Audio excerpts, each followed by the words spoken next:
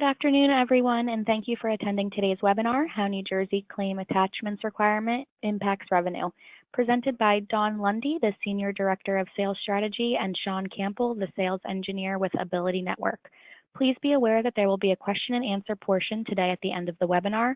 To avoid frequent interruptions during the webinar, please type your questions in the question box located on the right of your screen. They will be answered in the order received during the question and answer portion.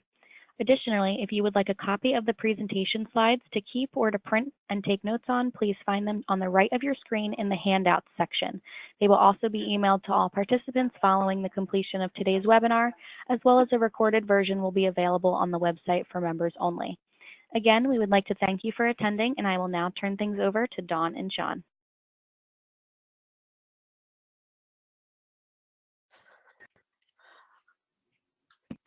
Good morning, everybody. This is Sean Campbell. Hey, good morning. Dawn Lundy here. Thank you so much for joining us today. So, with Dawn and I being here, Dawn, you've worked in the industry for healthcare for over 25 years in a variety of different roles. And so I bet you've seen a lot of changes like the New Jersey law we'll be discussing today. Yeah, definitely. Certainly there's many laws that occur at the state level, such as what we'll be discussing today, as well as the national level. Everything you're kind of seeing float across the screen, as well as things like ICD-10. One thing I thought it would be interesting just to get some perspective is to consider the timeline of another industry that's pretty heavily regulated similarly to healthcare, and that would be the telecom industry, something that all of us are using as consumers, and how we have really seen significant changes in the way we communicate. And throughout that process, it may have felt frustrating for certain people to adjust to those changes. I think of, my grandmother trying to handle that change from the old school rotary dial phone to seeing, some of the early cell phones come out, and not really even understanding how that technology worked. And if you consider those changes in healthcare, some of these programs, really significant and definitely predating me, but I think all of us would agree in hindsight, while maybe painful to go through the change that we saw, for example, with HIPAA, I think no one would want to go back and say that they don't want those levels of privacy and security of their healthcare information, or that they wouldn't want the portability of the ability to have insurance and things of that nature. So just thought it would be helpful to kind of gain a little perspective on a couple of industries where we've seen a lot of changes, and specific to what we're seeing in New Jersey and likely we may see in other states. It's interesting to me that it's taken till now, honestly, for this to come about. We've actually seen in the pharmaceutical industry everything be 100% electronic, as well as immediate adjudication of claims right at the pharmacy. And so in healthcare and in medical insurance, and in particular here with the auto and work comp carriers kind of taking the lead through the new law in New Jersey, I think we're really getting into an age where we're going to see these changes have a real positive impact.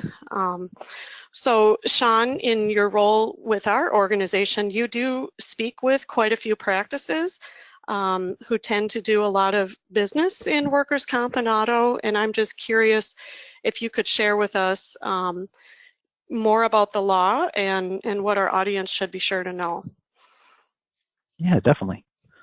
So as for a breakdown of the law, why do we have it? What are the requirements, timelines, compliance? So, why do we have it itself? This is something that, as the changes that you've probably seen through the years themselves, the electronic submission of claims becoming one of them, that, it is the information that we're sending out, getting in the right hands in a timely fashion. The costs associated with those, as postage continues to increase, things continue to increase on a physical, the cost effectiveness of sending things electronically is something that impacts places, right? And currently about 95% of all healthcare claims are going out electronically. So I think it's roughly less than 30% of all workers' comps and autos are transmitted electronically, let alone their attachments. So some of the requirements themselves, the law for this specific mandate in New Jersey can be found if you Google New Jersey PL 2016 C64, but you need an EDI connection with a clearinghouse who has the capability to support those electronic attachments, as well as those connections to the different insurance companies you're submitting to, as well as the submission of those, the impact of that.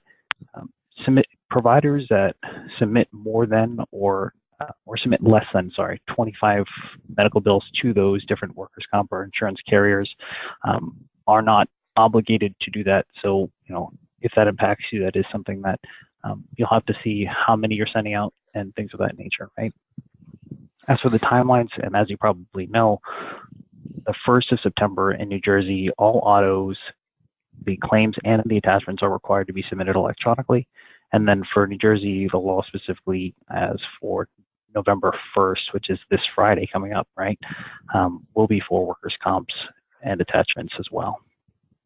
Now, and so, Sean, I'm just going to jump in and ask for one clarification. So you mentioned earlier 95% of medical or healthcare claims go electronic, but the number is just so much lower than work comp and auto. Do you think that's because those services typically require medical documentation or other forms, and there just hasn't been a way to submit that electronically typically in the past? Yeah, definitely. Some of the organizations that I've been speaking with and have helped in their conversations with different companies is they were like, well, I just want everything to go together. I don't want to have to send something electronically and then send something over the mail, or send something electronically and send it via fax. I want them both together, and I want everything to go to the same place, right? So that's one of the reasons that I continue to hear for that happening. But also, we just don't have that connection to those companies to send them electronically, is another reason that I hear that as well. Ah, okay. And then just to make sure everyone heard you correctly, if an organization looks at the volume of claims they're doing every month, and when they combine their workers' comp and auto claims, if they have fewer than 25 claims a month, is that right? They're exempt from this requirement? Correct. The Act specifically states that it does not apply to providers that submit less than 25 medical bills per month to workers' comp, auto, or PIP insurances. Okay, that's good to know. And so what do we know about if someone is submitting volume greater than that and they aren't doing it or don't have a way to do it electronically today? What are those compliance requirements? So those requirements themselves, there's that EDI connection to a clearinghouse that has that capability. Now, if they don't become compliant itself, I can imagine just like when medical insurances became mandated to be electronically submitted depending on your volume, is that those insurance companies are going to see that. They'll see those claims come in via paper and either send some sort of rejection or note saying that we no longer accept this information via paper and you need to submit electronically, most likely giving some sort of information as to who they have as a preferred person or the different clearinghouses that have the connections to send to them. Oh, wow. Okay. So you're in a position where you're often speaking with healthcare organizations of all shapes and sizes, in particular, a lot of ambulatory practices, which are, a lot of who we have on the phone today. I'm just curious what you've been hearing so far from them about the law and, how they're approaching it. Yeah, so, things that our customers and people are saying out in the organization of things like, does this apply to me? This doesn't apply to me. Do we need to do anything now? Can we wait? When is it going to be enforced? How often, are we going to see some sort of information that tags along with that, right? So when it comes down to, does it apply to me? I think everything that happens within a healthcare realm does apply to any provider submitting claims or submitting claims for that specific instance, whether that be medical, workers' comp, PIP, or auto. How that's going to be affecting you depends on what your current costs are for your submission. If you're able to track that information, how that comes in through your system, how you receive those ERAs or receipts from the insurance companies. Has there ever been times where things get lost or the attachments get lost, delay in those processes in general? Really trying to make sure that your reimbursement for those claims get done sooner rather than later. The average medical provider occurs about maybe 7,000 or between 7,000 and 21,000 annually when it comes down to filing paper and medical attachments in general. So it can come at a huge cost depending on how often you're submitting and how much you're sending out. And it's just about an average, based on a provider submitting about 6,200 paper claims annually. It costs about $11.29 per claim and attachment. And then those have repercussions where if it doesn't get to there in time, or if it's being sent over and the attachment isn't being married to that claim in the back end, all the things that come with sending paper claims. So there's a lot that comes to it itself, but for that it goes down to what are some things that a customer can do. And Dawn, I think you handled this really great, right? Yeah. So what we want to be able to do for all of you is just help you think about, if you've not yet addressed this in your organization, what is it you should be and could be thinking about, and really how to work through a process to bring yourself into compliance and in a way that actually your organization will win financially and hopefully many other ways as well. So just to kind of walk through each of these areas, just starting with seeing the bigger picture. Earlier we talked about phones. I'm sure most of you have your smartphone within an arm's length away from yourself. And, most of us would say it'd be pretty hard to go back to the way of communicating with landline phones and, paper communication. And for our customers that we work with that have transitioned from paper to electronic, hands down, they've all said they would never go back to the other way. You just couldn't take that clearinghouse away. And so for those of you that aren't yet using a clearinghouse to help you, automate that claims process, it'll feel like if we were to take away something like your cell phone, of course. One thing that I think most of you know, insurance billing is not easy. There's over 6,000 insurance companies nationwide. There's almost 70,000 diagnosis codes. There's thousands and thousands of procedure codes. And so when you combine all of those, the potential for rejections and denials, certainly goes up. And then when you compound that by the fact that that information needs to be accompanied by other information that's not normally a part of a claim, like medical documentation or some kind of a form, and the potential for that to be lost, that further exacerbates a potential financial issue. So kind of considering the next point there, being prepared to make an investment. If you're not already working with a clearinghouse, obviously that will be an investment, but it will more than pay for itself, and we can help you understand what that might mean.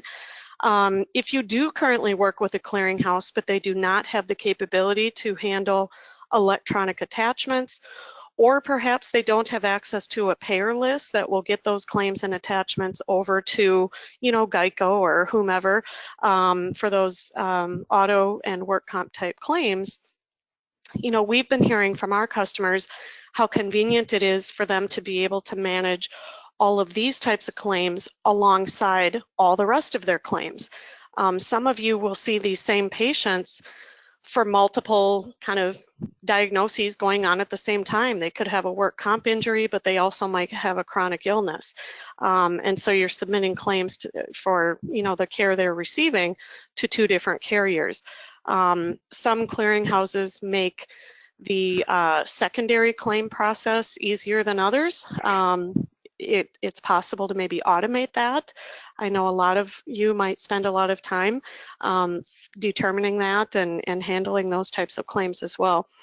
And then if you've been a paper submitter, or I should probably actually say if you don't currently have an electronic health record where that medical documentation is, available in a format that you could pull down into a PDF, for instance.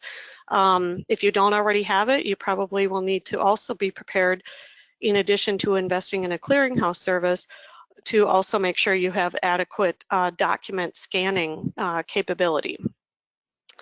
So those are, a couple of the costs that you might incur to be compliant with this law. We work with organizations every day where acquiring this kind of technology means a change in the way they do things. And many of you have been with your companies a long time, or maybe you have some staff that has, and it seems like the longer people are where they are, it might be a little harder to swallow some change. And so one thing we see that can be really successful is if you can involve your staff in the process. If you get their buy-in early, you help them, you gain from them an understanding of their ideas. They're very close to the process of how things could be better. You in turn can help them see the positive impact that these changes can have. And therefore, when it does come time to roll out some change, you've really already got them on board, or at least mostly on board, to make that process go smoother. So we've seen when we work with organizations that do this, it's been very successful. And even though it requires a little investment of more time, you'll save time on that back end, most definitely. Now, one thing, many of you would need to, build a case for the decision maker in your organization. If you're not that person, might be your physician owners or otherwise. So if you haven't already, it would be pretty helpful if you might document what your current process is and how you go about doing that work today, the time it's taking, the staff dedicated to that, as well as the breakdown of the kinds of claims that you have and the revenue associated with that. So what we're displaying on the screen is an impact calculator, where in the green boxes you can capture information specific to your practice, and then the rest will automatically calculate. Near the bottom, you would plug in your current accounts receivable, and then we help you calculate, what if we saw a 10% improvement?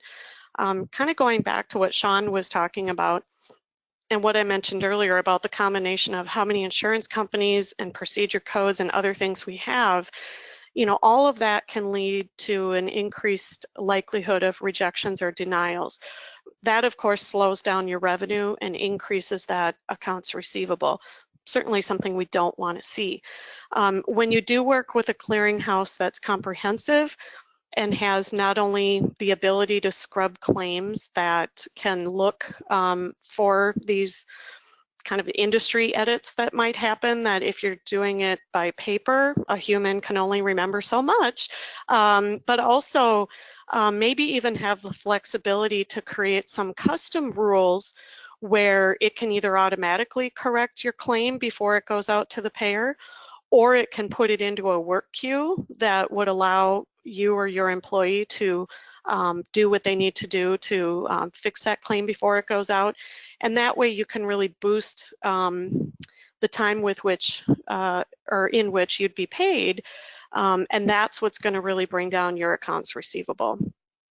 So we'll talk more about that impact calculator in a moment, but that certainly is something that you would want to utilize in a conversation, with your leadership in order to make a decision about whatever changes you might need to make in your organization to be compliant with this law. And helping them understand those key points certainly will help. The last tip I can really offer, kind of like I mentioned earlier, involving your staff in the kind of preparation process. When you have made a decision about what you might do, It probably will involve implementing some kind of change or even new software that your employees might be using. And it would, I know be difficult to set aside the time, but it will be time well invested if you're well prepared for implementing that. There are many clearinghouses that can get this service spun up for you very quickly. I know we can at Ability usually within a matter of a few days with the direct connection we have to the proper carriers pertaining to work comp and auto. So, involving your staff and being on top of that implementation will help you be as successful as possible, as early as possible. As Sean mentioned, the September date has passed and the November one is looming this week. And so certainly whatever could be done to move that process along would certainly be great for your organization. The last thing I want to mention while we have this impact calculator up is, typically what we see in the industry, depending on the specialty you're in, this could vary a little bit, but usually what we see as far as pricing for clearinghouse services, the value of one claim is maybe, or less even, is maybe what you'd pay per month per provider. So if you think about how many claims you have that end up rejected or denied, or timely filing issues or other similar things, if you can even recoup one of those claims, per physician or provider per month, you've, already come out ahead. Not to mention the efficiency you'll gain and making that payment more rapid so that accounts receivable is coming down. So, one thing we do want to offer, Sean, maybe you can speak about a little more about our impact calculator. Yeah, definitely. So first, I want to thank everyone for listening to our discussion today about the law requiring electronic submission of claims and attachments for those workers' comps, autos, PIPs, and all the things that you might as well be considering in general. We know that your time is valuable, and we really appreciate your time spending with us. So as a thank you, we want to provide the link on the screen to where you can download this impact calculator that Don was just showing, and hopefully use that to make some information more apparent to you on what's going on in your practice and how things, if you feel like looking into new clearinghouses or just a clearinghouse at all, how it would impact your business and what might be the benefits of that. So, of course, I'd be remiss to say that if we didn't share, all the Ability offers or what Ability offers and, the range of revenue cycle management tools, including those are things that help with the compliance of this law, I couldn't leave that out. But as for that, I'm happy to go into any questions when it comes down to the audience, Don and I are here to be sources of help. So do we have any questions from the audience? Sure, so now we can get into the question and answer portion. If anyone has any questions, please type them into the question box located on the right of your screen. The first question I see is, how can we get the payer ID number for WC and MVA? Okay, so that's a great question. When it comes down to the payer IDs, a lot of the providers or carriers will have the information on their website, and if they don't, you can usually call them. Worst comes to worst, we do have, there are different payer lists that are out there that will give you that electronic submission payer ID. If that company does not have the capability for EDI, there's not going to be a payer ID for electronic, but there should be one for the actual company as in general though.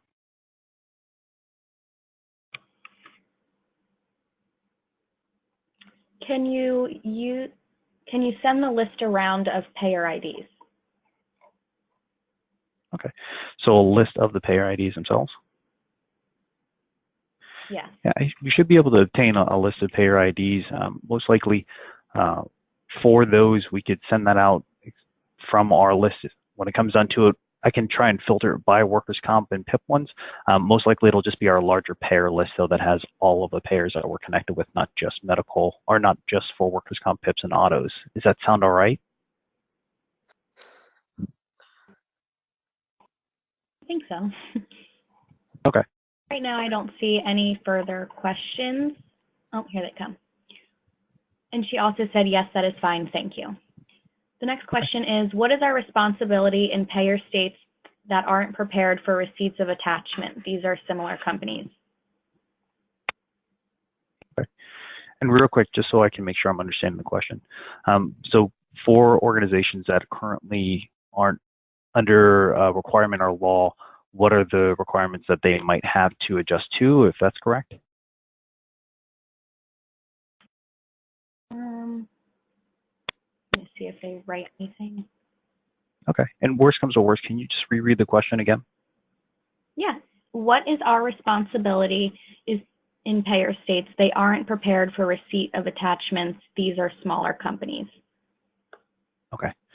Yeah. So for payers that currently don't have that capability to obtain that electronically, the requirement would still be doing it as you currently do it via paper or fax. However, they're able to obtain that information for those attachments. We do know that a lot of different payers are capable of getting those claims and electronic attachments sent electronically, but we do understand that not everybody in those insurance businesses have that capability, depending on what their IT capabilities are. So the ones that currently don't require that or don't have the capabilities, you would continue to do it the same way.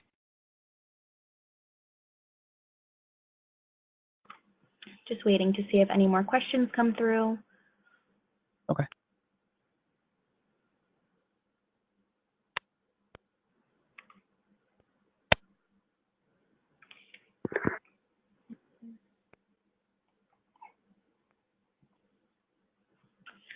Okay, well, if there are no further questions, hold on, these are coming through very weird. Is the technology under the hood of your functionality consistent with federal claims attachment specifications? Sorry. I believe they are, but we can validate that, and maybe if you wouldn't mind jotting down who submitted the question, we can make sure we get that answer back to them. Sure.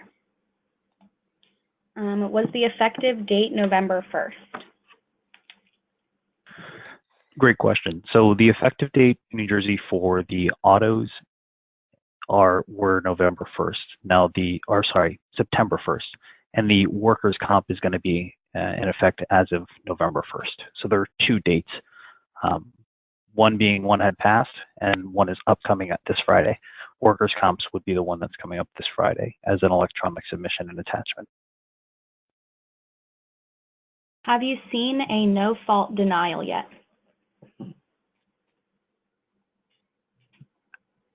As from my experience, I haven't seen any, but Dawn?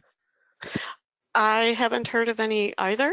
If there's a tag-along question with that, we'd be curious to know that, but no, we haven't been hearing that so far.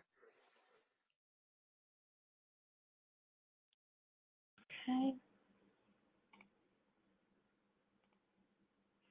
And also real quick, just to follow up on that, is that in reference to the attachments specifically being sent electronically or just a denial overall? And we can always get that question and follow up later, just want to make sure we can clarify what that denial is coming from, if it were to be. Sure, if I see it come through, I will let you know. Okay.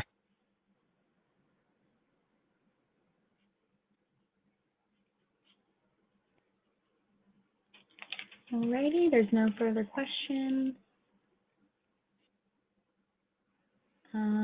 It was for a denial for not coming electronically. We haven't yet. Okay, gotcha. No, I haven't heard of that yet.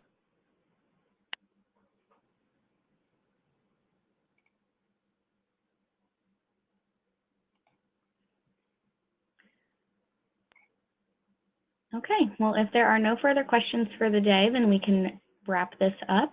The presentation slides will be emailed to all participants and available on the website for members only, as well as we will be sending a quick survey as your feedback is very important to us. If you have any additional questions, please reach out to the presenters directly. Thank you everyone for having a great day, and thank you Dawn and Sean for a great presentation. Thanks Thank for you having so us. much. It was my pleasure. Thank you.